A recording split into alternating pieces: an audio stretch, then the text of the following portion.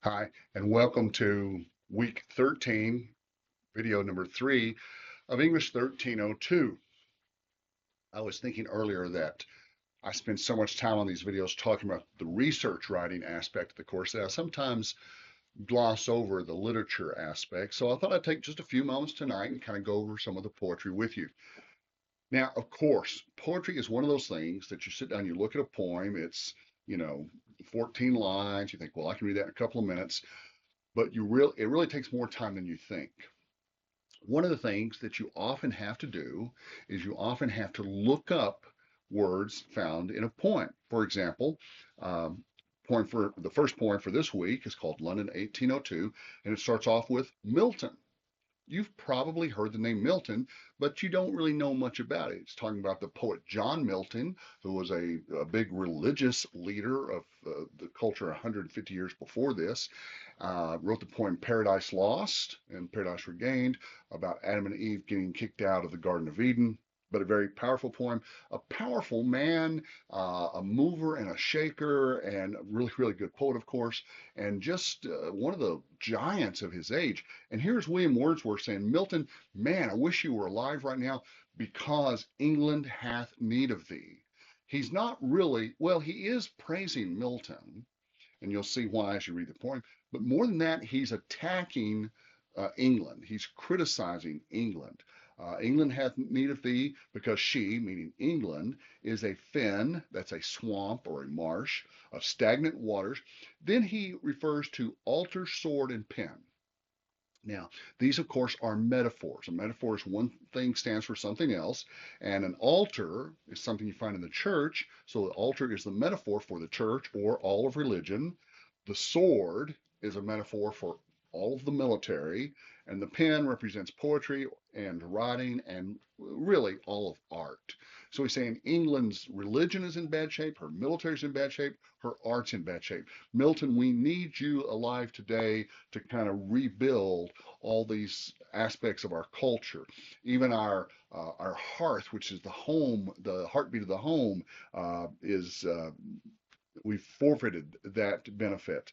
He's saying, rise up and return to us again. Give us manners, virtue, freedom, power. Thy soul was like a star and dwelt apart.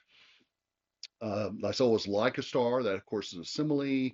Thou has a voice whose sound was like the sea. That's another simile. So anytime you see like or as, it's almost always going to be a simile. If there's an indirect comparison that doesn't use like or as, that's often to be a metaphor. But let's go back to the first line of the poem, Milton. He's talking to Milton, a guy who's been dead for a long time. He's the author of the poem is speaking to someone who's not there. In poetry, we call that an apostrophe. So it's helpful as you read the poetry if you'll either have the list of vocabulary out there in front of you or have learned them. Hopefully, you've looked over them several times by now and you know most of those vocabulary words. So, as you're going through them, through the poems, you can learn to recognize the different aspects. So, that's all this poem is. It's a nice little sonnet um, talking to England about how what bad shape England's in is in 1802, and just calling up a historic figure saying rise and inspire us to be better people in a better country.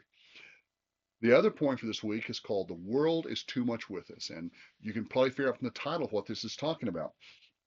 He's simply saying we are too much involved in the world. We're too much about making money and spending money, about getting and spending. We waste the essential part of ourselves.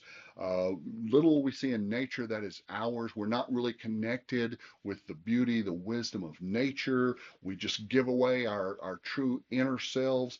And then he goes on saying, now remember, William Wordsworth was a strong Catholic, a strong Christian person, and he says, I would rather be a pagan. Now, pagan is anyone who's not a Christian, and by definition, pagans don't go to heaven. So he says, I'd rather be a pagan and go to hell if I couldn't be a part of nature. He's not worshiping nature, he's worshiping nature as an aspect of God. So he's saying, I'd rather be a pagan in a creed outworn, and have glimpses that make me less sad, have sight of Proteus, which is a Greek god, or hear old Triton blow his wreathed horn, another Greek god. He's saying, I'd rather go to hell if I can't enjoy the beauty of God's nature.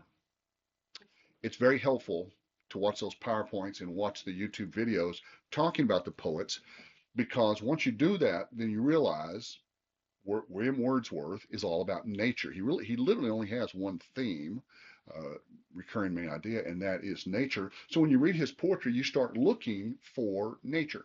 There's not a lot in the first poem, Milton, but in his subsequent poems, you'll see frequent allusions to nature, nature's goodness, nature's bounty, nature is a source of wisdom and wholeness, even religious wholeness. But the key is you got to read the poems carefully. You got to look up words you don't know. You got to read them more than once. It's helpful to read them out loud. It's helpful to watch the videos on YouTube. Find your favorite poet project. Find some good explanation that will help you to understand it better. Because not only will it help you do better on the next quiz, it will make studying for the final much more pleasant. If you have questions, I hope you'll drop me an email, and especially questions about the content of the literature or the poetry. I'm happy to answer those. And otherwise, have yourself a good evening. Enjoy your poetry.